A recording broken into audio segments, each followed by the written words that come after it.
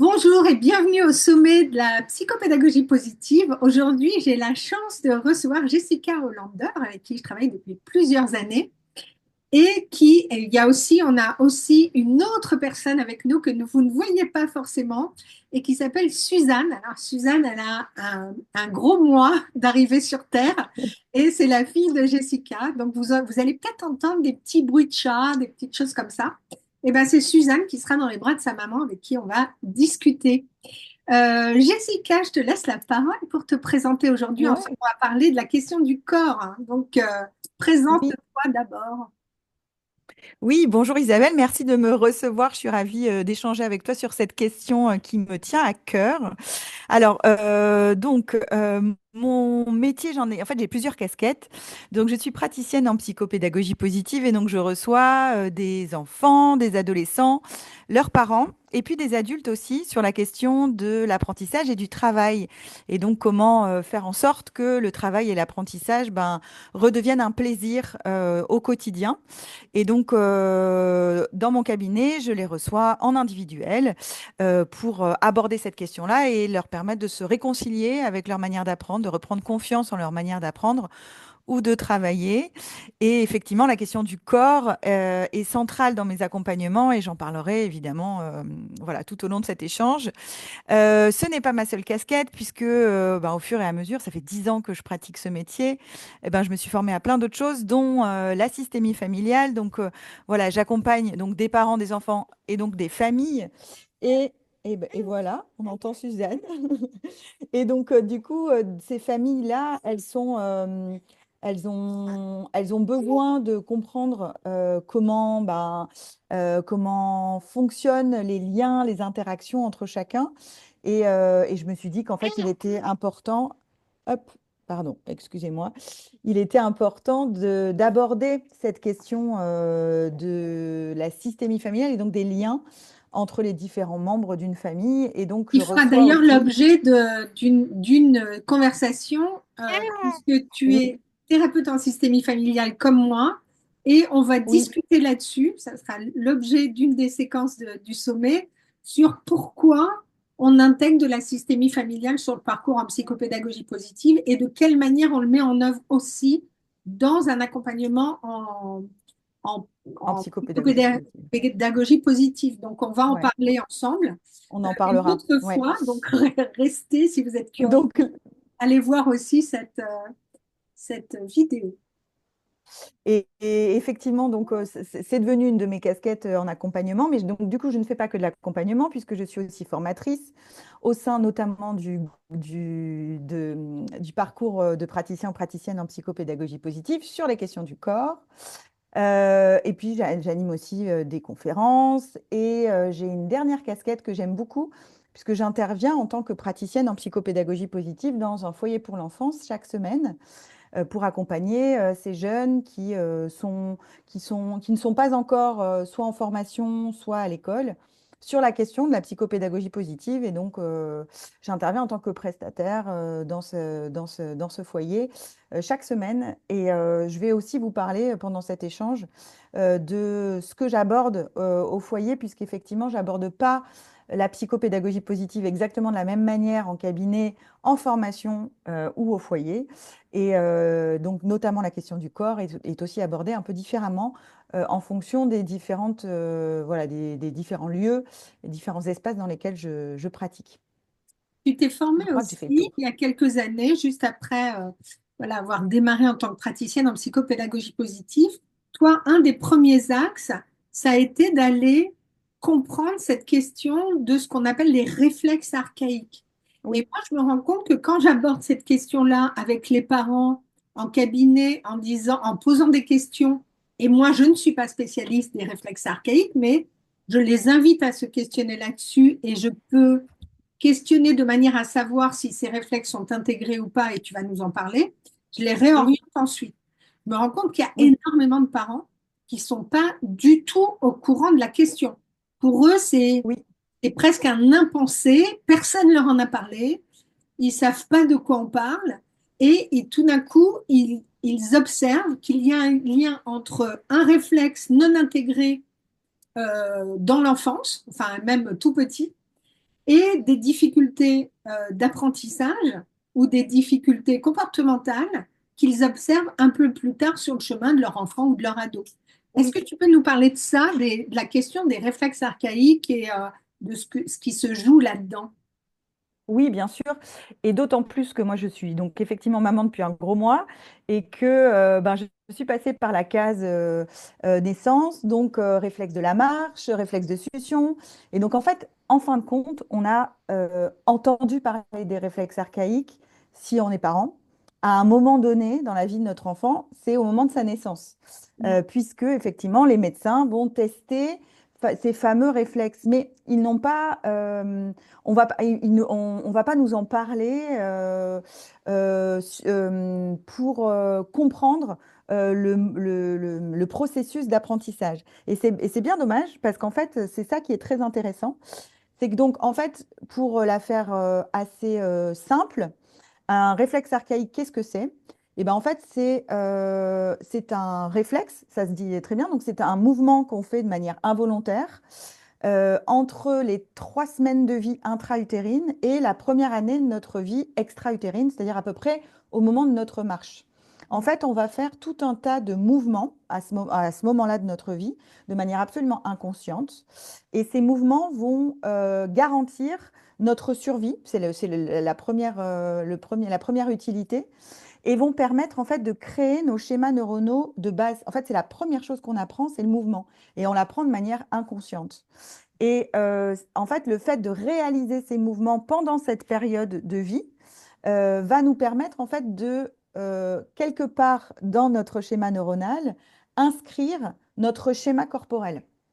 Et si nous n'avons pas réalisé ces mouvements pendant ce temps-là, eh bien, on dit que ces réflexes ne sont pas intégrés. Et donc, intégrés, ça veut dire quoi? On va imaginer comme une boîte à pharmacie dans notre cerveau, et que quand on réalise le mouvement, l'information est glissée dans la boîte à pharmacie, et dans notre vie d'humain, va ressortir au moment où nous en avons besoin. Je prends l'exemple du réflexe d'agrippement qui est un réflexe dont on parle assez quand on est tout petit, puisque au moment où les enfants, par exemple, sont allaités, etc., vont agripper comme ça le sein de leur mère, ou vont agripper des choses, d'ailleurs, le biberon ou peu importe. L'agrippement, eh bien, va ressortir, par exemple, quand on trébuche et qu'on va tomber. Hop, on va agripper, on va lancer notre main pour agripper, et donc ça nous permet de ne pas se faire mal, en fait, finalement. Et comme ça, en fait, des réflexes archaïques, il y en a plus de 90, donc il y en a énormément. Donc le fait de réaliser le mouvement dans sa toute petite enfance et dans la vie intra-utérine, on va rentrer, en fait, intégrer tous ces réflexes dans notre boîte à pharmacie pour qu'ils puissent être réutilisés dans notre vie d'humain. Seulement, pour plein de raisons, ouais, vas-y Isabelle, hein, je Je t'en prie. disais aussi le réflexe d'agrippement, il sert ensuite Absolument, à agripper le stylo, en à effet. gripper le stylo, à savoir à ne pas s'épuiser, à pouvoir écrire, tracer sans fatigue. Donc, ça sert quand on agrippe pour se rattraper quand on tombe, ça sert après pour l'écriture et ainsi de suite et ainsi de Oui. suite. Et on va voir justement, tout à l'heure on en reparlera, la nécessité de vérifier d'abord les réflexes avant de rajouter par exemple de la graphothérapie quand notre enfant n'écrit pas très bien. Tout à fait. Tout à fait, parce qu'en fait, quand un réflexe n'est pas intégré dans cette boîte à pharmacie, dans cette fameuse boîte à pharmacie Mental. mentale, on va dire ça comme ça, il reste dans notre système nerveux et donc en fait, il va créer une surcharge cérébrale qui peut avoir un impact notamment sur notre apprentissage. Donc sur notre sphère émotionnelle aussi, on peut se sentir du coup surchargé émotionnellement et on va être beaucoup moins disponible à l'apprentissage notamment. Et c'est ça qui nous intéresse aujourd'hui.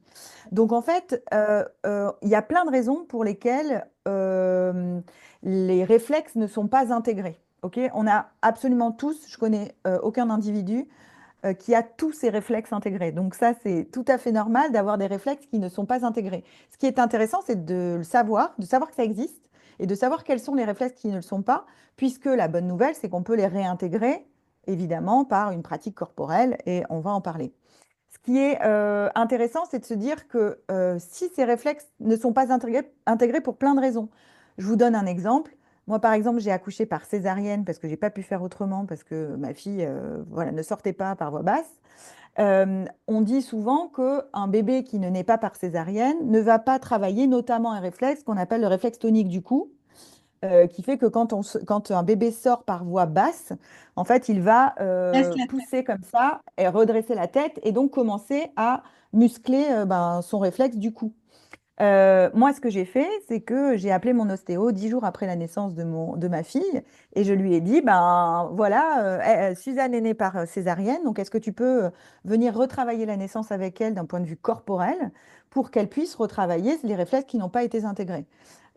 Donc ça, c'est intéressant de mon point de vue, parce que moi, je connais les réflexes archaïques, donc je peux agir vite pour que ma fille puisse réintégrer les réflexes. Mais si on ne le sait pas, et c'est le cas de la majorité des gens, eh bien, en fait, ce sera intéressant de le retravailler plus tard, puisque ça se retravaille évidemment. Donc, ce qui est très intéressant, c'est de se dire que dans la vie intra-utérine, au moment de la naissance et dans les 1 an de notre vie, qui sont les 3 espaces au cours desquels les réflexes s'intègrent, enfin, ces 3 événements de la vie où les réflexes s'intègrent, eh bien, on va, pour plein de raisons, pouvoir ne pas les intégrer. Et ce qui est intéressant, c'est que quand on vient faire une séance de réflexes archaïques, on va tester les différents réflexes et on va faire ressortir ceux qui n'ont pas été intégrés. Et là, on va pouvoir retravailler les réflexes.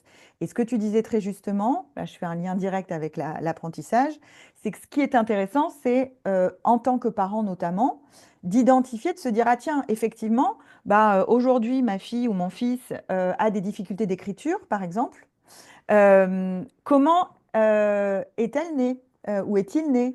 Qu'est-ce qui s'est passé dans ma vie quand mon bébé était dans mon ventre? Est-ce que j'ai eu un traumatisme? Est-ce que j'ai été obligée d'être alitée? Au moment de l'accouchement, qu'est-ce qui s'est passé? Et dans la première année de vie, moi, j'étais de ces enfants de la période trotteur. Eh bien, en fait, quand on met un enfant dans un trotteur, on empêche le mouvement naturel de son corps et donc on contraint potentiellement, parce que c'est pas sûr à 100%, mais on contraint potentiellement ses mouvements et donc potentiellement ses réflexes. Donc c'est intéressant. Ouais, vas-y, vas-y, Ça veut je t'en dire prie. aussi que pour bien que ceux qui nous écoutent comprennent que l'idéal, moi quand je pose la question aux parents, est-ce que votre enfant a été mis à plat ventre et s'est bien redressé sur ses bras et la Oui, tête levée? Oui, non. Est-ce qu'il a roulé sur lui-même?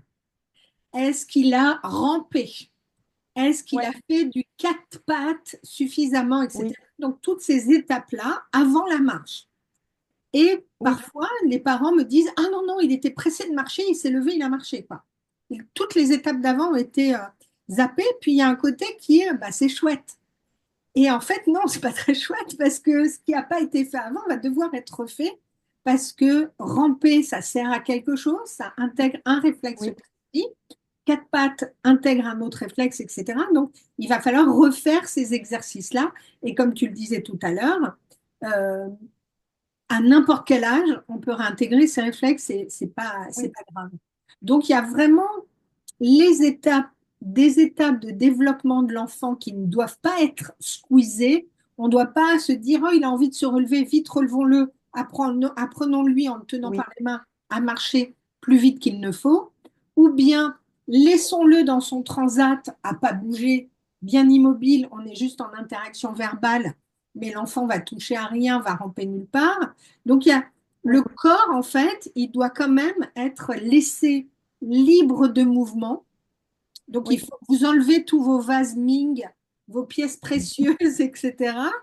Et il faut laisser l'enfant vraiment pouvoir naviguer, quoi, se Ouais, ramper, se déplacer, parce que ce mouvement du corps, il a une incidence directe sur le développement neuronal, les connexions tout neuronales. à fait. Ça, c'est vraiment à Exactement. entendre, parce qu'on a toujours l'impression que le corps, c'est juste le véhicule qui sert à déplacer le cerveau d'un point A à un point B.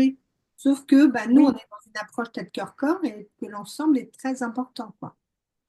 et le mouvement est un socle fondamental sur lequel on va pouvoir s'appuyer pour apprendre, puisque ces premiers mouvements, qu'on appelle les réflexes archaïques notamment, construisent notre socle neuronal et donc notre processus d'apprentissage.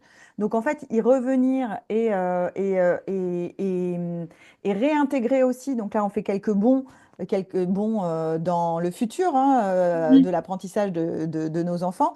Mais voilà, quand ils ont 5 ans, 6 ans, 7 ans, 8 ans, qu'ils commencent à être à l'école et à apprendre de l'apprentissage volontaire, là où les réflexes archaïques, c'était de l'apprentissage de mouvements involontaires, donc inconscients.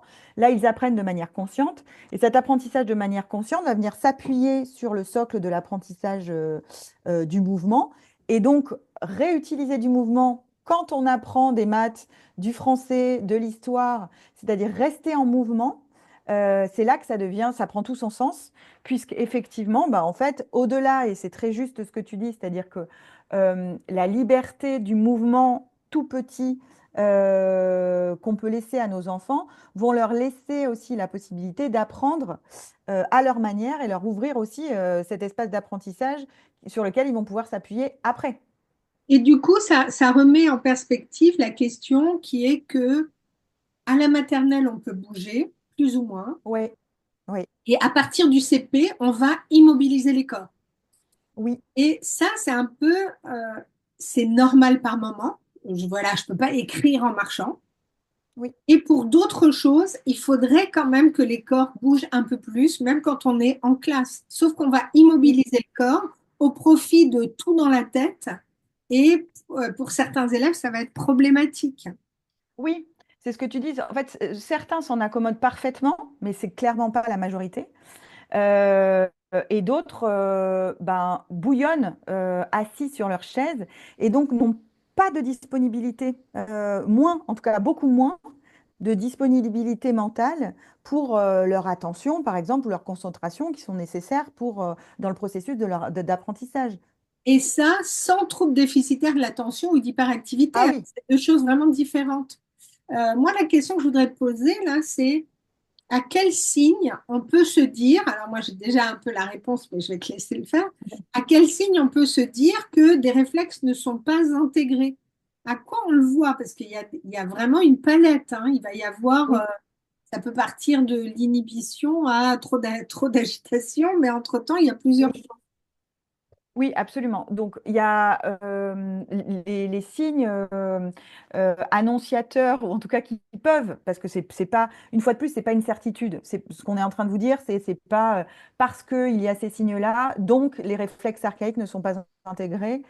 C'est beaucoup plus complexe que ça. Mais en tout cas, ce qui peut vous informer là-dessus, on va le dire comme ça, alors, il y a plusieurs choses. Déjà, quand on a des difficultés d'attention ou de concentration, quand on a des enfants qui ont des difficultés d'attention ou de concentration, c'est-à-dire j'ai du mal à rester attentif, c'est-à-dire écouter, sans regarder le petit oiseau qui passe ou me laisser embarquer par mes pensées. Déjà, ça, c'est une première information assez intéressante. Euh, Même chose, concentration, si j'ai du mal à rester concentré dans ma bulle quand il y a du bruit autour de moi, par exemple. Donc ça peut être intéressant d'aller regarder autour des réflexes. Et puis, il y a la question corporelle, c'est-à-dire quand j'ai du mal à être assis sur ma chaise. Et par exemple, moi, c'est ce que je faisais beaucoup quand j'étais petite, je m'assois sur mon pied, par exemple. Ou Oui, bien j'accroche mes jambes à ma chaise. oui. Ça, c'est des petites informations aussi qui peuvent me laisser dire, bon, bah voilà, peut-être qu'il y a des réflexes à aller regarder. La tenue du stylo, tu le disais tout à l'heure, j'ai du mal à écrire. Ça peut être aussi intéressant d'aller voir du côté des réflexes. Moi, je vous donne un petit truc, ce que je regarde souvent, c'est les enfants qui ont les lèvres gercées, même en été. Mm. C'est-à-dire que parfois, je peux avoir les lèvres gercées Ouais. parce que j'ai froid et ok, ça c'est en hiver, c'est ok. Mais même en été, ça veut dire qu'en fait, je passe ma langue souvent sur mes lèvres. Et là, moi, j'observe ça et souvent, je vais observer du côté du réflexe de succion, par exemple. Et peut-être que ce réflexe n'a pas été intégré. C'est pas sûr à 100%, parce que peut-être que c'est juste un rhume d'été ou voilà, mais ça vaut le coup d'aller regarder. Donc il y a tout un tas d'observations comme ça. La marche aussi, je regarde quelqu'un marcher, dans mon cabinet, c'est un peu rigolo, mais on va faire du quatre pattes, on va ramper. et on va effectivement regarder ce qui se passe à ces endroits-là.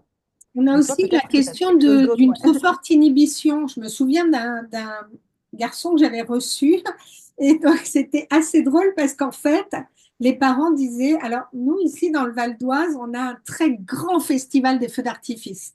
Donc c'est un Ouais. gros truc début septembre. Alors La chance. on envoie du feu d'artifice non-stop et il refusait impérativement d'y aller en disant mes parents sont complètement fous, ce sont des inconscients, on risque gros.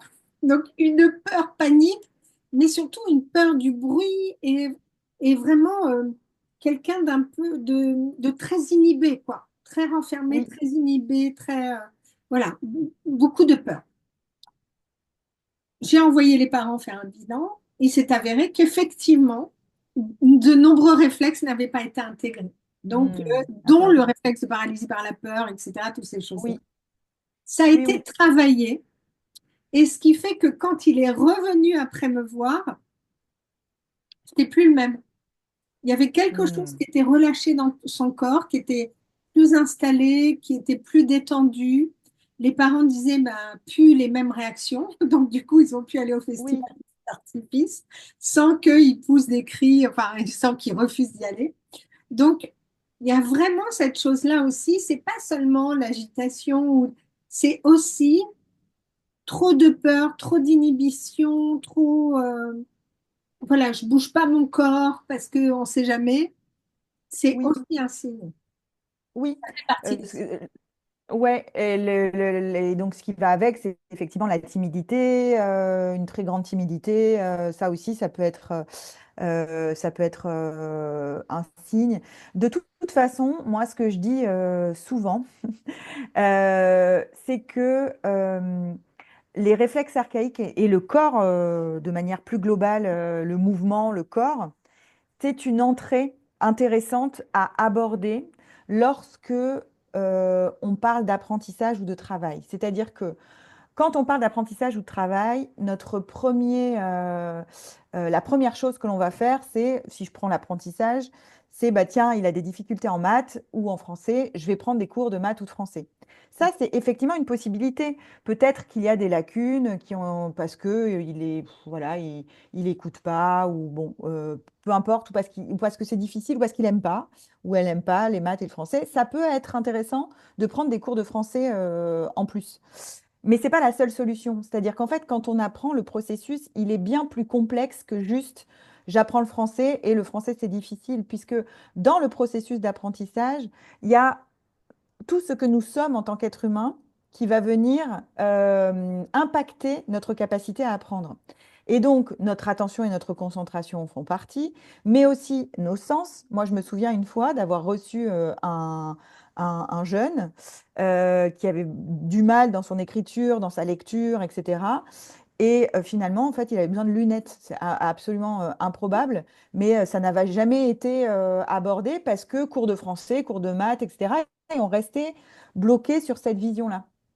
Et donc, en fait, c'est important de se dire que ben, voilà, les sens font partie pleinement de notre processus d'apprentissage. Au même titre que le mouvement, les réflexes archaïques, là, on l'a dit, mais aussi toutes nos croyances. Enfin voilà, quand on entend les petites filles dans la famille sont mauvaises en maths, il y a de fortes chances que on soit moins bon en maths que si on nous dit bah vas-y, tu as toutes tes chances en maths, tu vas y arriver. Pourquoi je vous parle de ça? Parce qu'il est important quand on parle du processus d'apprentissage de se dire qu'il y a plusieurs portes d'entrée et que ce qui est important, c'est de prendre la bonne porte. Et parfois, en fait, le corps est la bonne porte. En fait, parfois, ce n'est pas la seule porte, mais en tout cas, c'est une porte qui est fondamentale puisqu'elle fait pleinement partie de notre manière d'apprendre et de notre socle d'apprentissage. Donc, j'ai presque envie de dire, ça vaut le coup d'aller regarder du côté des réflexes archaïques, quasiment systématiquement. En Oui, tout cas, moi, c'est ce que je fais parce que en fait, c'est une pierre à l'édifice. On va dire que le processus d'apprentissage, c'est un super bel édifice. Et pour construire cet édifice, ben, on a besoin de plusieurs pierres, plusieurs pierres. On a, vous allez le voir pendant le sommet, mais la gestion mentale, on a tout un tas de sujets, les émotions.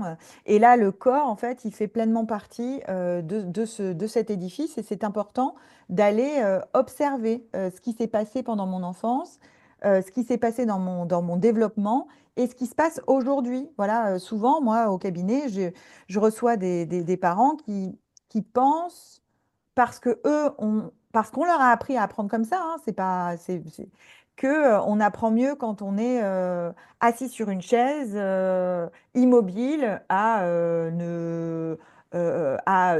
au calme, sans bruit autour. Et ce n'est pas le cas de tout le monde. C'est la même chose Très quand loin de ça. certains parents me disent oui, quand il veut, il peut. Donc, on a Ouais, beaucoup sur les questions d'apprentissage la question de la volonté. Si je veux, je peux le faire. Et donc, s'il veut pas, c'est peut-être qu'il y a un blocage psychologique. Et moi, je dis, mais il faut arrêter avec la psychologie. Pourtant, je suis psychologue aussi. Mais de dire parfois, c'est mécanique. Si oui, t'entends pas bien, t'entends pas bien. Si tu vois pas bien, tu vois pas bien. Tu l'as dit à juste titre. Donc, en fait, il y a aussi à aller voir si mécaniquement, il n'y a pas quelque chose dans le corps qui empêche l'apprentissage. oui, Donc, c'est pour ça oui, que nous, on a cette approche tête-cœur-corps et même corps-cœur-tête presque, de ouais, dire, est-ce que notre corps, il est vraiment au service de notre apprentissage? Est-ce que oui, tout fonctionne bien mécaniquement, déjà, première chose? Et ensuite, est-ce qu'il est à disposition? Est-ce qu'il se met à exactement. disposition pour pouvoir apprendre? Ça veut dire, et donc je vais te laisser parler là-dessus, ça veut dire la respiration, l'hydratation, Ouais, etc. Est-ce que tu peux nous en dire un peu plus bien sur sûr, ces questions-là qui tout à sont fait. souvent sous-estimées, hein? Oui, effectivement, tu l'as dit très justement, l'approche tête, cœur, corps, et on en parle souvent ensemble. Euh, C'est-à-dire que la porte d'entrée, c'est plutôt le corps, et donc on se dit corps, cœur, tête. Et pourquoi on parle de corps, cœur, tête plutôt que tête, cœur, corps? C'est pas si facile que ça à dire. Eh bien, c'est parce qu'en fait, le corps va nous aider à être disponible pour apprendre. Et comment c'est possible ça? Bah, tout simplement, quand je suis en train de faire une activité qui me plaît ou autre, n'importe laquelle, et que tout à coup, il faut que je travaille ou que je fasse mes devoirs, par exemple, ou que, en tout cas, moi, je fais plus de devoirs, mais que je me mette sur un sujet de travail, je vais avoir du mal à m'y mettre parce que bah, il n'y a pas de transition. C'est sans transition, quoi. Et en fait, souvent au cabinet, je reçois donc des familles qui disent non, mais je comprends pas, il se met pas au travail tout de suite quand je lui demande ou quand il l'a décidé ou enfin quand on l'avait décidé ou comme on l'avait décidé. C'est tout simplement parce qu'en fait, il est très difficile de passer d'une activité souvent plaisir à une activité de travail. Et ça, c'est bon pour tous et toutes. Et c'est là que le corps est, notamment là que le corps est intéressant, c'est qu'il va nous aider à faire cette transition. Comment c'est possible? Ben, en fait, il peut nous aider à être disponible pour apprendre. Et donc, en fait, c'est se dire, ben, par exemple, je vais, pour me mettre au travail, je vais préparer mon environnement de travail pour me faire plaisir. Donc, ben, si j'ai envie de m'asseoir sur un ballon, par exemple, de pilates, eh ben, je vais mettre le ballon de pilates à la place de ma chaise, par exemple, ce qui va me permettre d'être en micro-mouvement. Et donc, parce que je suis en micro-mouvement, bah, je suis actif cérébralement aussi. Donc voilà, je vais préparer ça. Je vais prendre un verre d'eau. Alors l'eau, on en parle souvent, nous, dans nos formations, mais là, je vais vous en dire un mot rapide, mais l'eau hydrate notre corps, mais donc hydrate aussi notre cerveau. Et en fait, l'hydratation de notre cerveau nous permet d'être beaucoup plus réveillés et beaucoup plus à même d'apprendre, en fait. Alors, on va, en allant un tout chouille plus loin dans les cours de techno, l'eau ouais, Conducteur de l'eau l'électricité. conduit l'électricité. Merci beaucoup, Isabelle. Est un conducteur d'électricité. Et donc, dans notre cerveau, nos neurones étant connectés entre eux par des réseaux neuronaux qui sont composés de chimie et d'électricité, eh bien, en buvant de l'eau, on hydrate tout ça et donc on permet aussi les mouvements neuronaux. Et Et donc, sur en cette fait, boire question, de l'eau, ouais, sur cette question ouais, vas-y, vas-y. d'hydration, pardon de te couper, pensez bien au fait que même en hiver, les enfants et même nous avons besoin de boire. On est souvent, il y a un nombre de personnes qui sont en déficit hydrique, ne boivent pas suffisamment, sont fatiguées. On est fatigué, on a du mal à penser. Quand vous avez du mal à penser, bah même vous, les adultes, plutôt que de prendre un café, buvez un grand verre d'eau, vous allez voir, ça va être Ouais. plus utile. Donc, Et nos c'est l'eau enfants plate, ont ouais. besoin de boire. Et Ouais, pourtant, à l'école, très souvent, on va dire, bah non, on va pas les laisser boire, sinon ils vont jouer avec l'eau. Donc, et oui, c'est en vrai que c'est été, on dommage. a envie de jouer avec de l'eau. Mais si je suis prof et que je dis, tiens, hop, chacun prend sa bouteille, on va tous boire et je vous explique pourquoi, ça va devenir un geste récurrent qu'on peut mettre en place comme une petite pause d'eau pendant les cours et qui va nous faire du bien. Donc l'eau, c'est un impératif, quoi. Plutôt que de filer, voilà, je sais pas quoi, des vitamines, du chocolat noir, du café ou autre, buvez de l'eau, quoi. Ouais. Et ça, c'est incroyable parce que moi, avant de faire ce métier, j'étais juriste, donc j'ai fait des études longues de juriste et surtout, je me souviens des longues épreuves à la fac qui duraient 5 heures.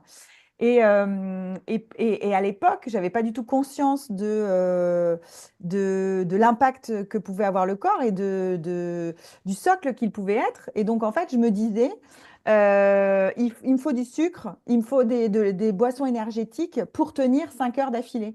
Et en fait, ce qui se passait, c'est que quand je buvais ou quand je mangeais du sucre, j'avais effectivement un gros shoot d'insuline, mais derrière, je faisais une petite dep. J'étais là, oh, je vais jamais y arriver, le temps passe, mon plan est pourri, j'arrive pas, etc.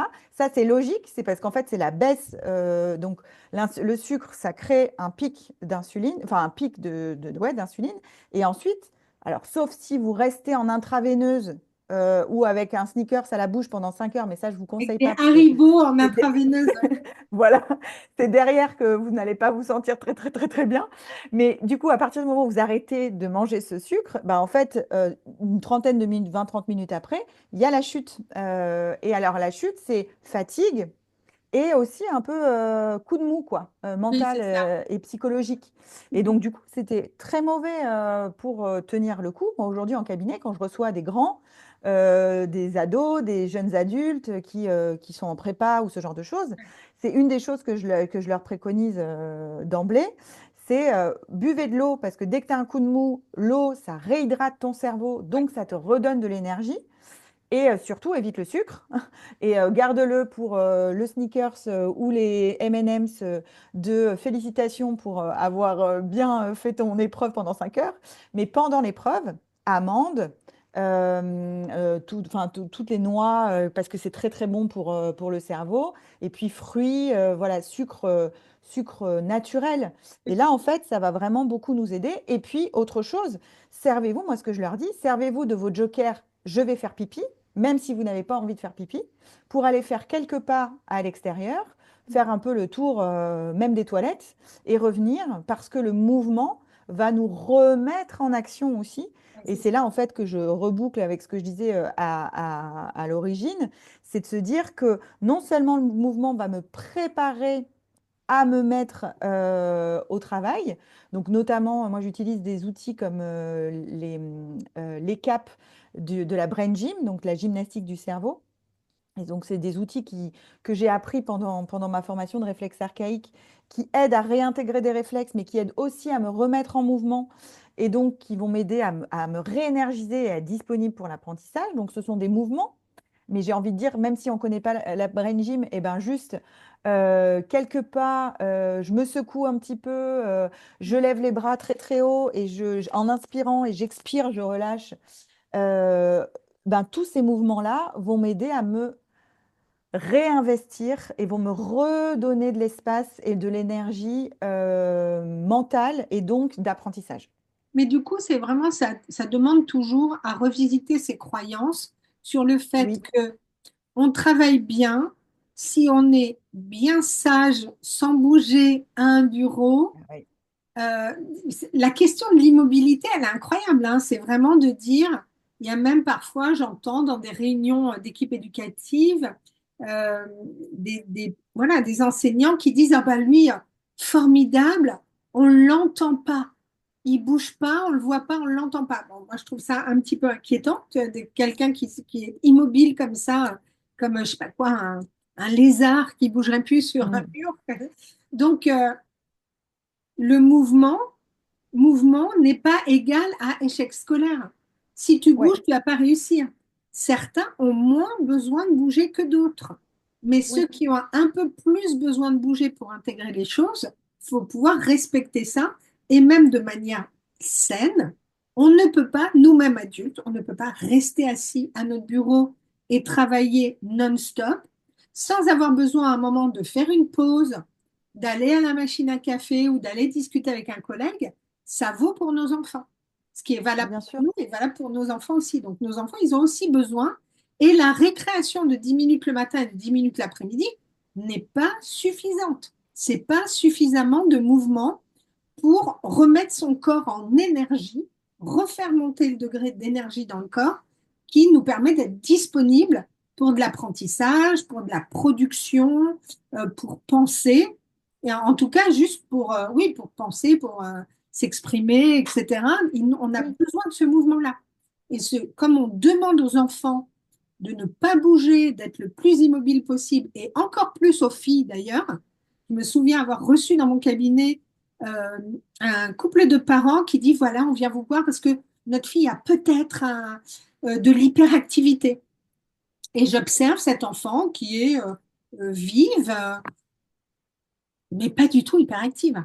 Ça n'a rien à voir avec des enfants qui ont une vraie hyperactivité et qui, malgré eux, hein, pouvaient mettre mon bureau en vrac très oui, rapidement. Elle, pas du tout. Et je pose des tas de questions pour vérifier ça. Puis à un moment, je dis, est-ce que vous pensez que si votre fille avait été un garçon, on vous aurait dit la même chose, on vous aurait dit de venir me voir. Et là, il commence à réfléchir et je leur dis, ben, parce que un petit garçon est beaucoup plus autorisé à bouger. D'ailleurs, dans les cours de récréation, ils ont quasiment tout l'espace, etc. Ils bougent beaucoup. Et les petites filles sont en périphérie et beaucoup plus immobiles. Et donc, une enfant qui serait un petit peu plus tonique, on va tout de suite supposer qu'elle a une hyperactivité parce que, voilà, en termes de représentation, une fille qui bouge, oui. c'est moins normal qu'un garçon qui bouge. Et toutes ces croyances-là, toutes ces représentations, tous ces biais, ces étiquettes, elles sont à revisiter en repensant que l'activité du corps, c'est normal quand on est enfant, c'est normal dans les apprentissages, c'est même normal quand on est adulte, qu'on doit faire des pauses, qu'on doit bouger, qu'on doit mettre du mouvement pour pouvoir penser. Oui.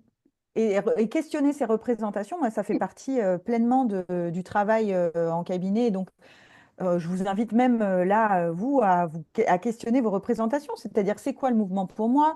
C'est quoi apprendre pour moi? C'est quoi, euh, c'est quoi le trouble de l'apprentissage? Et donc, c'est quoi le TDAH? C'est quoi la dyslexie?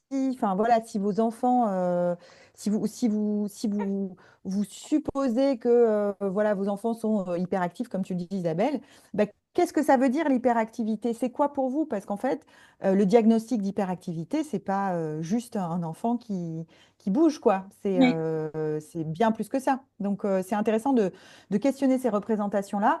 Et demandez-vous aussi, effectivement, vous-même, enfin moi, voilà, est-ce que parfois il vous arrive de faire les 100 pas pour vous aider à réfléchir? oui. Ou avoir besoin de faire le tour du pâté de maison. Moi, je me souviens d'une fois, Isabelle, où on travaillait sur quelque chose, on était toutes les deux complètement bloquées sur notre créativité, et voilà. Et on s'est dit, bon, bah, on pose tout, on sort, on va le faire le tour du pâté de maison, on parle d'autre chose, on regarde, on respire un petit peu, et puis ensuite on revient. Et là, en fait, effectivement, cette pause en mouvement nous a permis de penser à autre chose et donc de faire le lien qu'on ne pouvait pas faire ben, le nez dans le guidon, quoi. Ouais, Et ça donc c'est ça, le corps, exactement.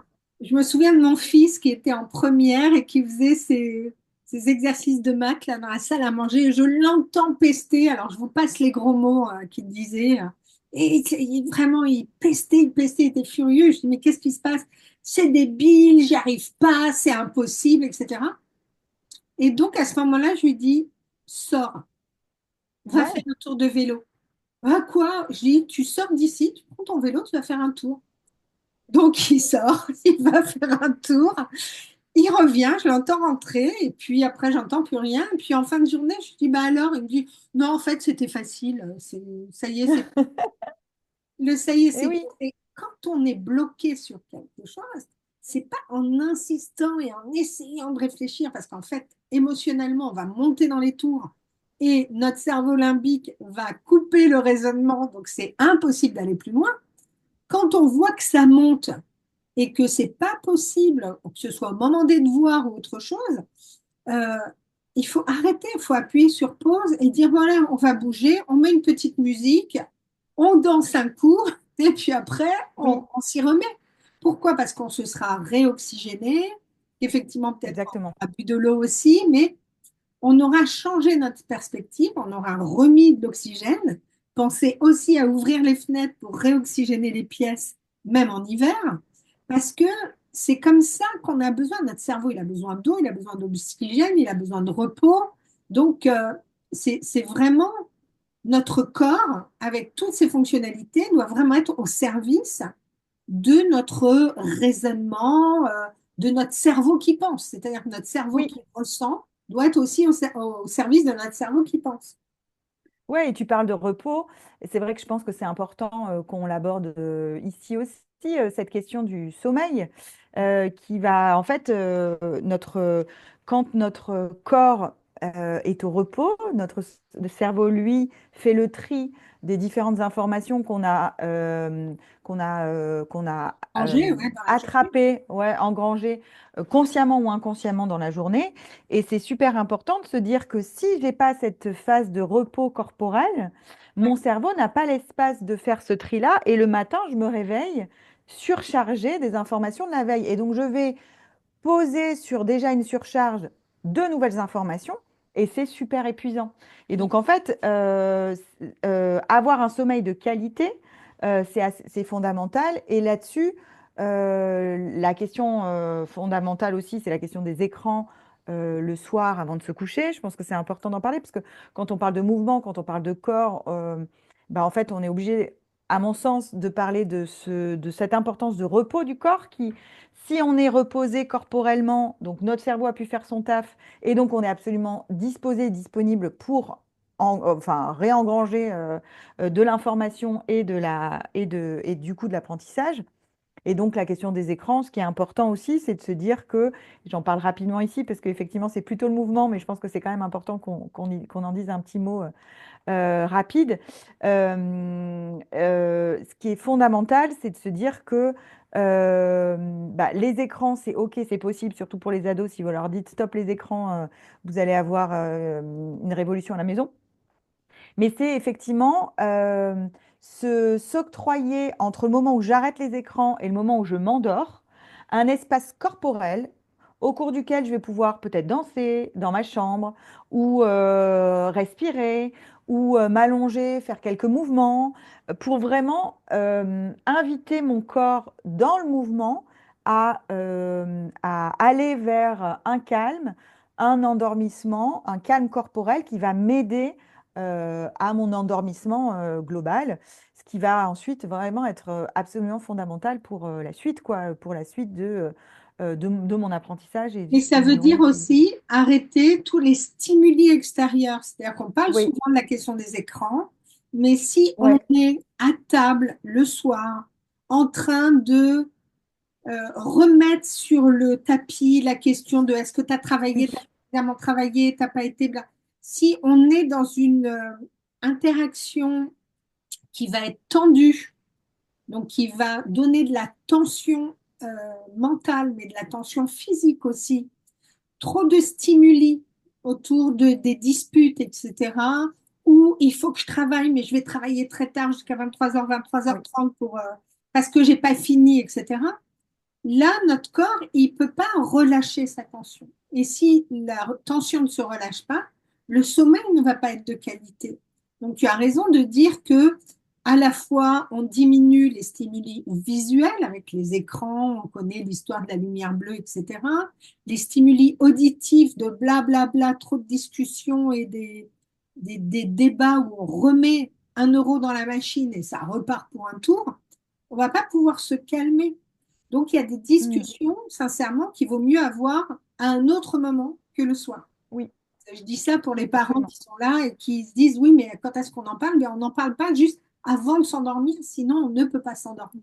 Il va y avoir de la Et ça, c'est bon. préoccupation, il va y avoir de l'angoisse, il va y avoir de l'anxiété qui va être réactivée. Donc notre corps, lui, il prend tout ça, il attrape tout ça et il ne peut pas se détendre. Il ne peut pas se relâcher si on ne fait pas une respiration qui va bien, si on n'est pas avec une petite musique douce ou si on lit pas tranquillement, voilà, un bouquin, mais un manga, peu importe. Des choses qui sont plus douces pour notre corps. C'est-à-dire quand on veut aller vers le repos, il faut aussi qu'on envoie le signal à notre corps que c'est bon maintenant, merci beaucoup à toi, je t'ai bien sollicité toute la journée. Maintenant, je vais commencer à diminuer mon activité Ouais. physique et tous les stimuli de manière à pouvoir me détendre et descendre dans le sommeil. Et Ouais. ça, c'est pas Et la, souvent pensé parce que très souvent le soir, on entend le t'as fait ton cartable, t'as pas de devoir pour demain. Voilà, on réactive, on réembrase les sujets et du coup, ça va créer trop de stress. Et tu l'as très justement dit, la respiration, et ça vous en avez déjà probablement entendu parler, mais la respiration est un super allié pour vraiment faire descendre notre niveau de- de- d'énergie de la journée pour nous emmener vers le sommeil. Et ça, la respiration, ce qui compte, c'est pouvoir avoir une respiration ample quelle que soit en fin de compte la respiration que nous allons faire, parce qu'on va pouvoir beaucoup entendre, moi, j'entends beaucoup, oui, mais au cabinet, oui, mais le truc, la respiration, on me dit qu'il faut que je respire, mais en fait, ça me saoule, je comprends pas, enfin voilà, si la respiration était révolutionnaire, on le saurait. En fait, elle l'est à condition de se l'approprier à sa manière. Alors, certains vont pouvoir s'aider d'un guide auditif ou une respiration calme. D'autres vont pouvoir juste s'allonger sur le sol ou sur leur lit, mettre un objet un petit peu avec un petit poids, pas trop trop lourd, mais sur le ventre pour observer. J'inspire, je monte mon ventre, j'expire, je dégonfle et donc l'objet qui monte, l'objet qui descend. Et en fait, ce qui est très important, c'est de s'approprier la respiration. Pour ça, il y a tout un tas d'outils hein, qui existent parce que cette respiration-là, elle va vraiment. Moi, je le vois là et je vous partage parce que je suis jeune maman, donc j'expérimente des choses. Mais quand je prends ma fille près de moi et que j'inspire et j'expire calmement quand elle est un petit peu tendue ou qu'elle est un petit peu excitée, ça marche tout de suite. Donc, observez en fait aussi avec vos enfants ce qui va avoir un impact direct sur eux.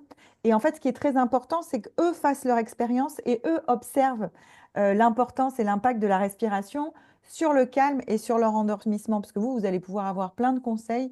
Souvent, nos enfants ont du mal à prendre nos conseils. En revanche, quand ils expérimentent par eux-mêmes, ils peuvent ensuite plus facilement s'approprier les choses. Donc, On disait justement, c'est que la force de la psychopédagogie positive, c'est pas d'essayer de convaincre, mais de faire expérimenter des choses.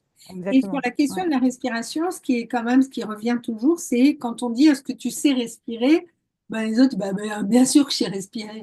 Mais en fait, on respire en respiration haute. Haute, C'est-à-dire que absolument. c'est Ouais. vraiment l'oxygène est là dans les clavicules et souvent la respiration, à la fois, elle va nous permettre de nous calmer, de nous ancrer, d'être très présent, mais par moments, elle peut aussi nous amener à paniquer, à Oui, hyperventiler, à être trop haut.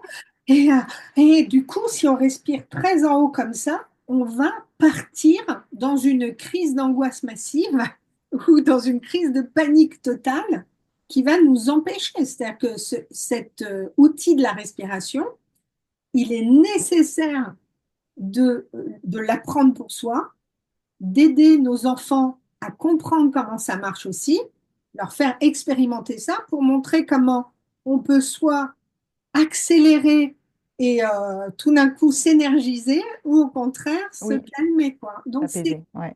c'est un outil qu'on a sur soi depuis la première minute où on arrive sur Terre jusqu'à la dernière Ouais. minute, celle où on partira. On appelle ça notre dernier souffle. Eh bien, la respiration, c'est ce qui ne s'arrête jamais, jamais, jamais, jamais. Sauf si on fait un accident et qu'on nous réanime, mais logiquement, ça ne s'arrête jamais. C'est notre Mhm. meilleur allié. Et donc, cette respiration-là, elle a vraiment un effet sur l'apprentissage pour nous permettre d'être présents, de nous Oui, calmer, d'avoir les idées au clair.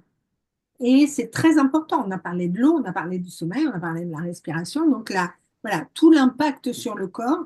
Et la respiration, c'est souvent le grand oublié. Quand moi j'interviens en entreprise, je leur dis, est-ce que vous pensez à prendre des pauses pour respirer, etc. Ben, les seuls qui pensent à respirer et qui sortent du bâtiment, c'est les fumeurs. Donc ils bah vont ouais, respirer. Donc, et les autres ne pensent même pas à prendre une pause juste pour, comme tu disais tout à l'heure, faire le tour du bâtiment ou du pâté de maison et pouvoir voilà, s'oxygéner un petit peu. Donc ça, c'est très, ouais, très important. C'est des choses qui nous semblent tellement évidentes qu'on ne le met c'est pas, ça. on ne le pratique pas de façon consciente.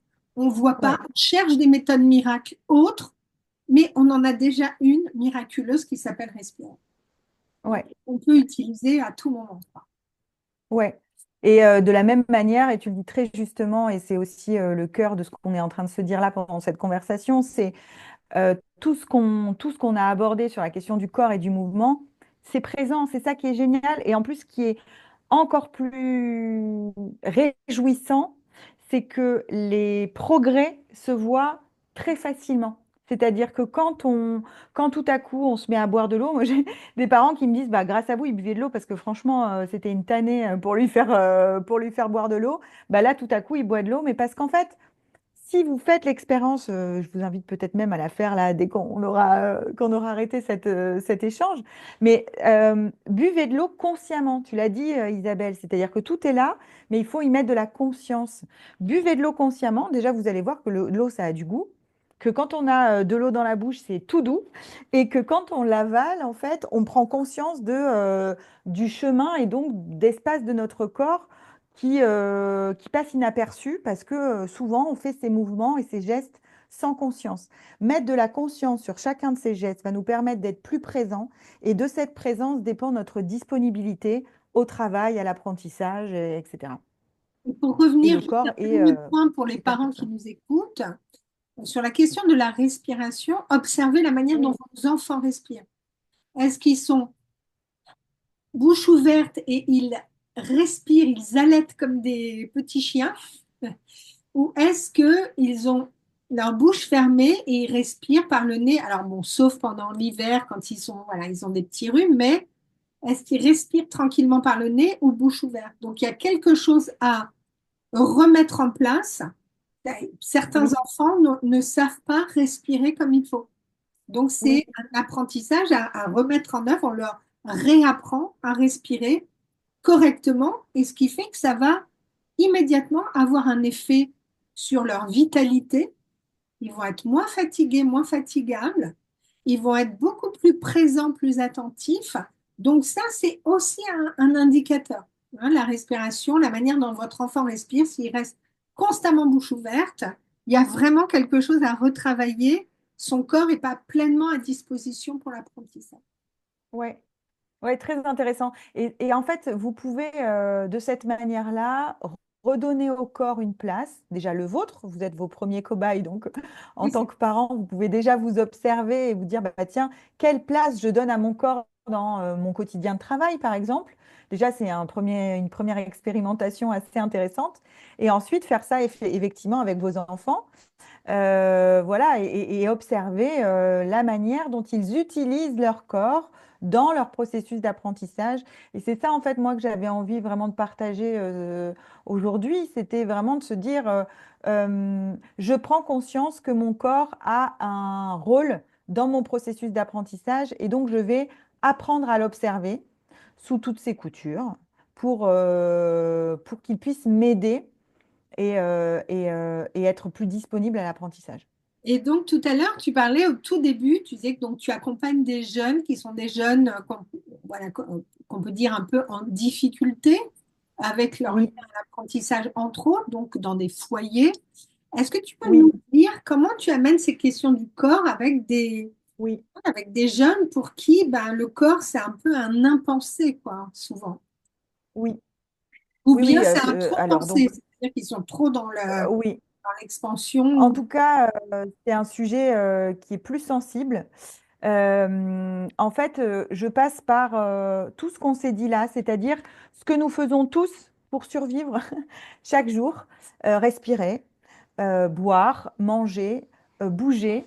Le foyer dans lequel je travaille est à côté d'un parc parisien et mes séances avec eux, je les fais systématiquement en mouvement, c'est-à-dire que je sors, on va marcher dans le parc, on s'assoit dans le parc, on fait quelques mouvements, on fait des mouvements de brain gym, on fait donc de la gymnastique du cerveau, donc on va travailler en fait la latéralité, on va travailler le haut et le bas, on va travailler tout un tas de on va faire quelques mouvements ensemble et vraiment, je les invite à apprendre à s'observer. Souvent, ce sont des enfants qui se sont, qui se sont un peu niés parce que leur histoire est un peu trop complexe.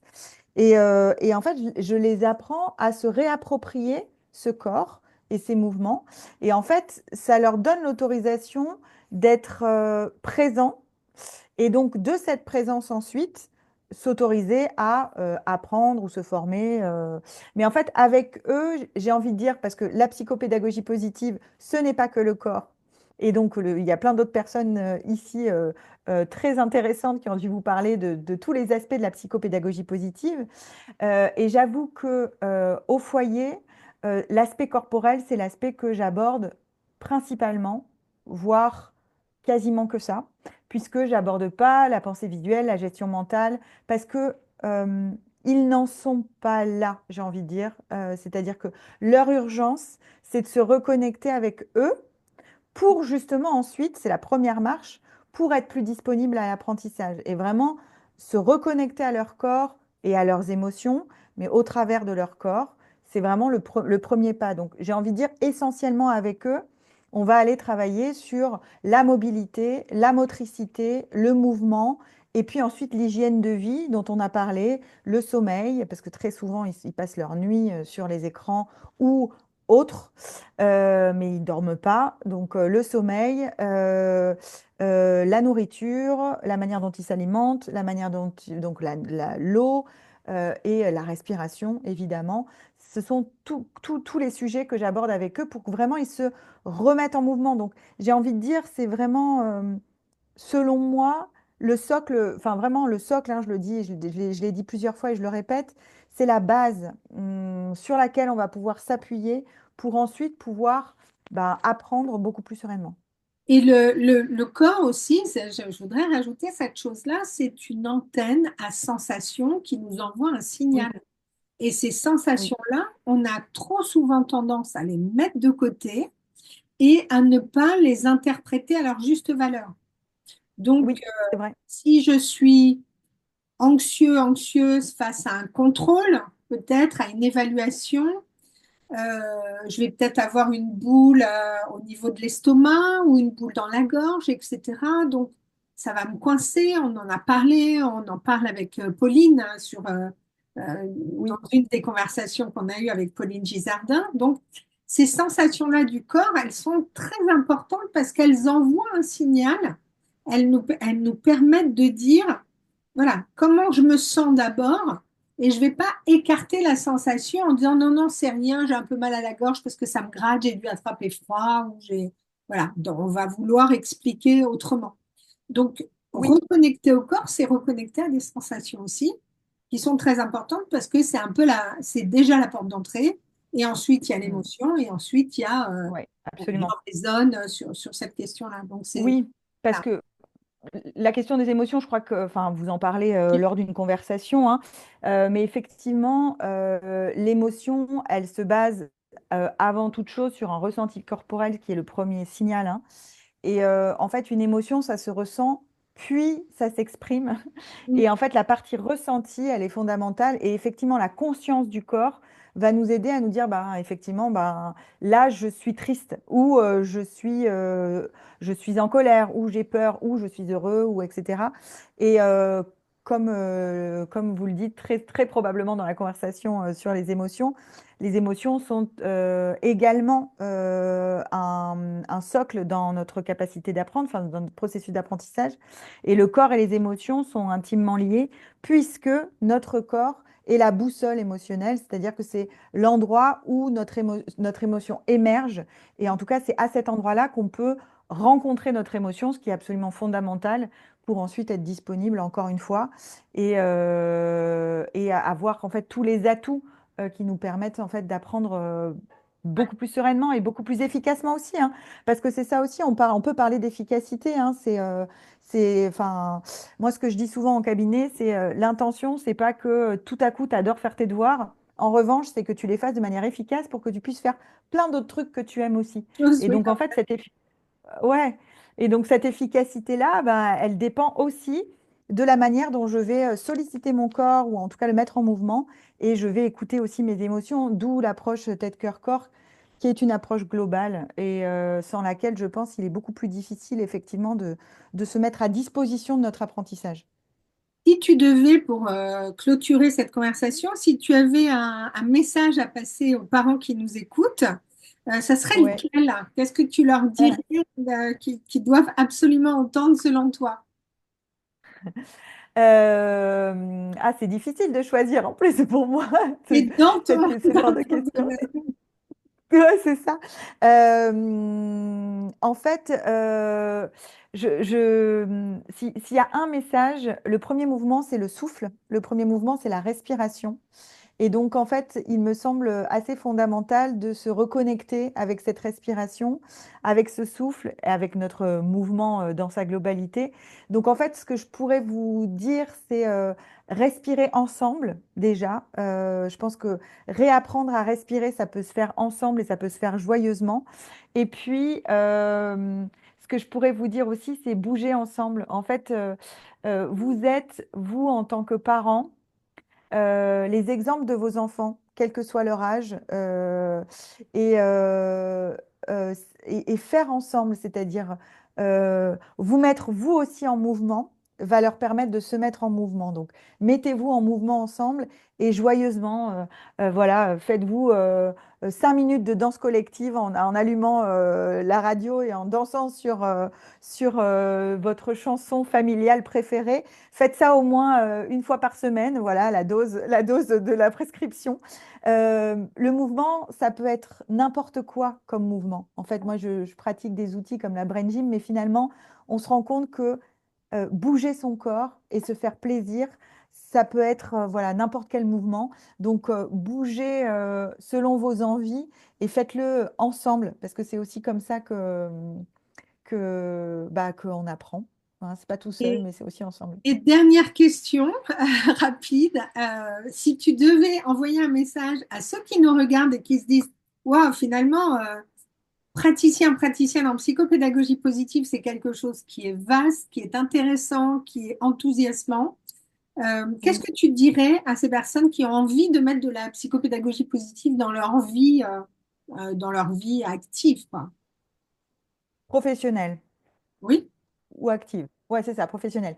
Alors, je leur dirais que c'est un métier, enfin, comment vous dire, comment le dire sans que ce soit, que ça vous paraisse fou. Euh, c'est un métier c'est mon métier depuis 10 ans. Je le changerai pour rien au monde, tout simplement parce que c'est un métier qui me permet de voir grandir et de grandir, de voir apprendre et d'apprendre.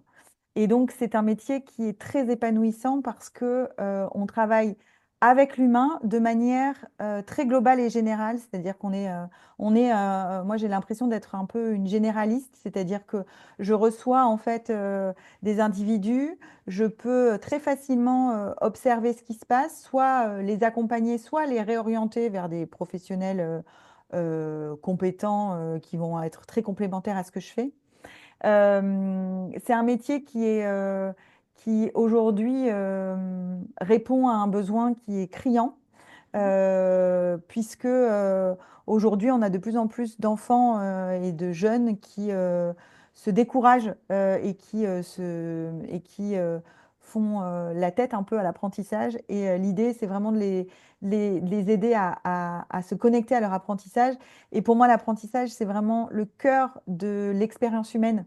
Donc, j'ai l'impression de travailler avec la substantielle moelle de ce qui Ouais, fait de chacun de nous un être humain. Voilà. c'est ça, Donc, les reconnecter à leur pouvoir d'agir. Bah, écoute, exactement. Jessica, merci infiniment. Merci à Suzanne qu'on n'a pas entendu, qui est voilà là, on a entendu un petit un petit moment. Donc elle a participé, elle a entendu, elle a respiré avec Ouais, nous. Et puis oui. au plaisir de vous retrouver. J'espère que cette conversation vous a plu et on se retrouve pour la suite du sommet. À très Au bientôt. revoir. À bientôt.